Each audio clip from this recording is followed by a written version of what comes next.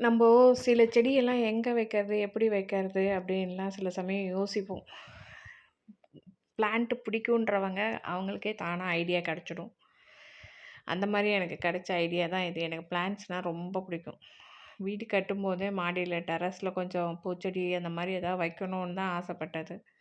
அப்ப நான் என்ன பண்ணேன், இந்த மிச்சம் இருந்த டைல்ஸு, மார்பிள்ஸ்லாம் எடுத்து ஓரமா எடுத்து வச்சேன்.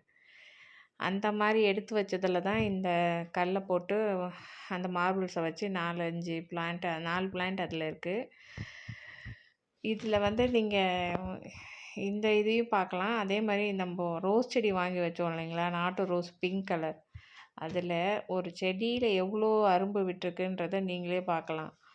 அதே மாரி சுண்டக்காய் செடி. இந்த செம்பருத்தி செடி வந்து நெறைய பூச்சி வந்துருச்சுன்னு சொல்லி கட் பண்ணி தூக்கி தூர போட்டுட்டு, வெறும் குச்சிய மட்டும் விட்டு வச்சிருந்தேன். அது இப்ப எப்படி இருக்குன்னு நீங்க பாருங்க.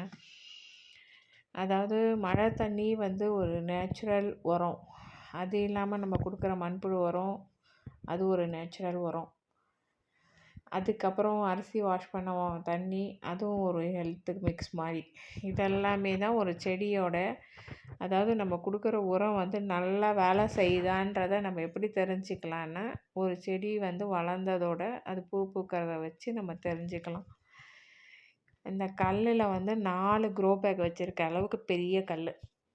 கல்லு எப்பயுமே நம்ம செடியெல்லாம் வைக்கும்போது காம்பவுண்ட் சுவர ஒட்டி வைக்காம கொஞ்சம் நல்ல ஒரு அடி ஸ்பேஸ் விட்டு வச்சோன்னா, சைடெல்லாம் க்ளீன் பண்ணுறதுக்கு இலை விழுந்ததுன்னா க்ளீன் பண்ணுறதுக்கு, மழை தண்ணி இருந்ததுன்னா அது ஓடி போயிடும்.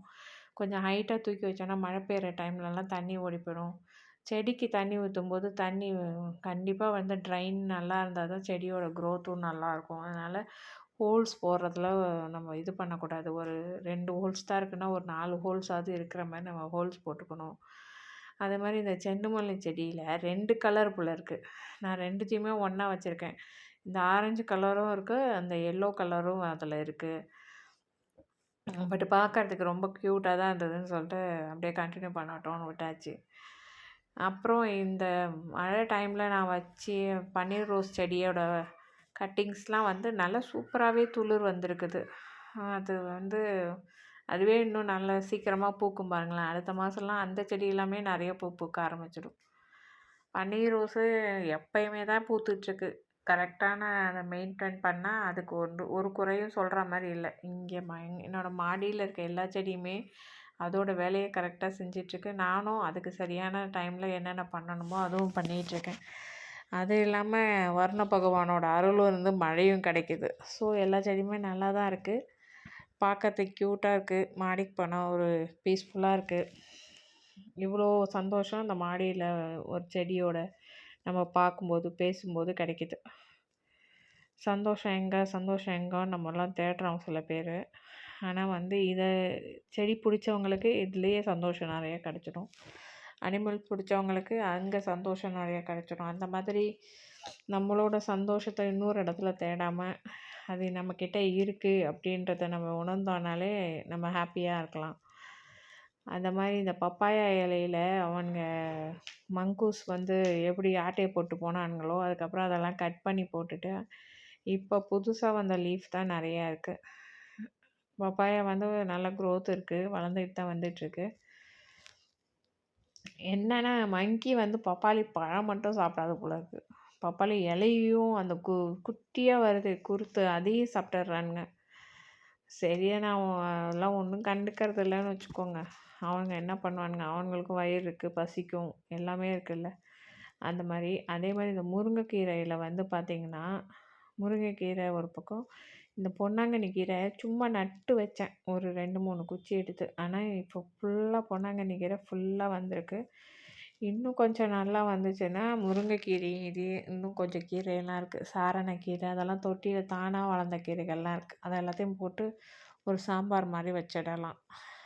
இந்த கீரையெல்லாம் 100% ரொம்ப ஹெல்த்தியான கீரையாக தான் கண்டிப்பாக இருக்கும். ஏன்னா இதுக்கு எந்த கெமிக்கல் உரமும் நம்ம கொடுக்கறதில்ல. நம்ம கொடுக்குற உரத்தில் அந்த சத்து மொத்தத்தையும் எடுத்துக்கிட்டு அது வளருது. முருங்கைக்கீரையும் அந்த மாதிரி தான். முருங்கைக்கீரை வந்து செடி முருங்கைன்னு நான் வாங்கிட்டு வந்து வச்சது ஒன்று. ஒரு இடத்துல முருங்கை கட்டை வெட்டி போட்டாங்க மழை பெஞ்ச டைமில் ஒர்க்குக்கு போயிட்டு வரும்போது. அதுலேருந்து ஒரு குச்சி எடுத்துகிட்டு வந்து வச்சது ஒன்று. இந்த 2மே இந்த ட்ரம்மில் தான் வச்சுருக்கேன். அப்பப்போ மண்புழு உரம் ஒரு பிடி கைப்பிடி அளவு போடுறது தான். மழை பெஞ்சிட்டு இருக்கிறதுனால அதுக்கும் ஒரு ஹாப்பி கிடச்சிது. கீரையும் நல்லா ஃப்ரெஷ்ஷாக வருது.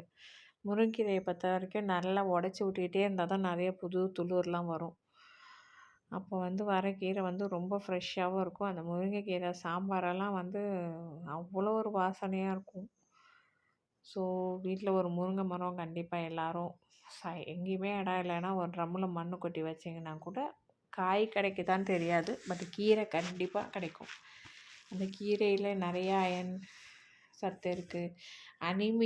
அனிமிக்காக இருக்கிற பேஷண்ட்டெல்லாம் முருங்கைக்கீரை நிறைய சாப்பிடுங்கன்னு தான் சொல்கிறாங்க. ஸோ உங்களுக்கு தேவையான முருங்கைக்கீரையை வீட்டிலையே கூட வளர்த்துக்கலாம். அதே மாதிரி இந்த கத்திரிக்காய் செடி, கத்திரிக்காய், மிளகா, கத்திரிக்காய் எல்லாத்துலேயும் பூ விட்டுருக்கு. 3 கத்திரிக்காய் செடிக்கு 3 மிளகா செடி இருக்குது. மிளகா செடியில் இந்த மிளகா பார்த்திங்கன்னா ஆளி இத்தினோண்டு இருக்குது. அவ்வளோ காரம். ஒரே ஒரு மிளகா அன்றைக்கி எடுத்துகிட்டு போயிட்டு ராகியை அடக்கி போட்டேன். அவ்வளோ காரமாக இருந்தது. ஸோ இந்த மிளகா காரமாக இருக்கும் போல் இருக்குது. இன்னும் கத்திரிக்காய் பூ தான் வச்சுருக்கே தவிர காய் காய்க்கிறத பற்றி எதுவும் அவங்க சொல்லலை. அவங்க சொன்ன உடனே நான் அவங்களுக்கு மெசேஜ் சொல்கிறேன். அவங்க எப்போ சொல்லுவாங்கன்னு தெரியல. பட் நிறைய பூ விட்டுருக்காங்க. செடியும் ஹெல்த்தியாக இருக்காங்க. சீக்கிரமாக காய் காய்ப்பாங்க, அது மட்டும் தெரியுது. அதே மாதிரி இந்த மிளகா செடியும் அந்த மிளகா நிறைய பிஞ்சு விட்டுருக்கு. ஒரு மிளகாயே காரமாக இருந்தது அந்த அடைக்கு போட்டபோது. சூப்பராக வளர்ந்துட்டுருக்காங்க எல்லா செடியும். பூச்சி வந்தானுங்கன்னா அந்த இலையை மட்டும் நான் கட் பண்ணி தூக்கி தூர போட்டுடுறது. இப்போ வரைக்கும் எந்த பூச்சி எதுவும் அடிக்கலை. இனி வரும் காலமும் அப்படியே போச்சுன்னா பரவாயில்ல, இல்லைன்னா வேப்பெண்ணெய் கரைசலை போட்டுற வேண்டியது தான். ஒருத்தவங்க சொன்னாங்க, பச்சைப்பருப்புக்கு செடிகளுக்கு கொஞ்சம் கொடுத்தீங்கன்னா செடி நல்லா ஹெல்த்தியாக வரும், அதுக்கு தேவையான நைட்ரஜன் அதில் கிடச்சிடும்னு சொன்னாங்கன்னு போட்டு வச்சுருக்கேன். இனி வரும் அப்டேட்டில் செடியோட க்ரோத்தை பார்த்து நீங்களே தெரிஞ்சுப்பீங்க இந்த ஐடியா ஒர்க் அவுட் ஆகுதா என்னன்னு சொல்லிவிட்டு. நம்ம அது அடுத்த வீடியோவில் பார்ப்போம். தேங்க்யூ.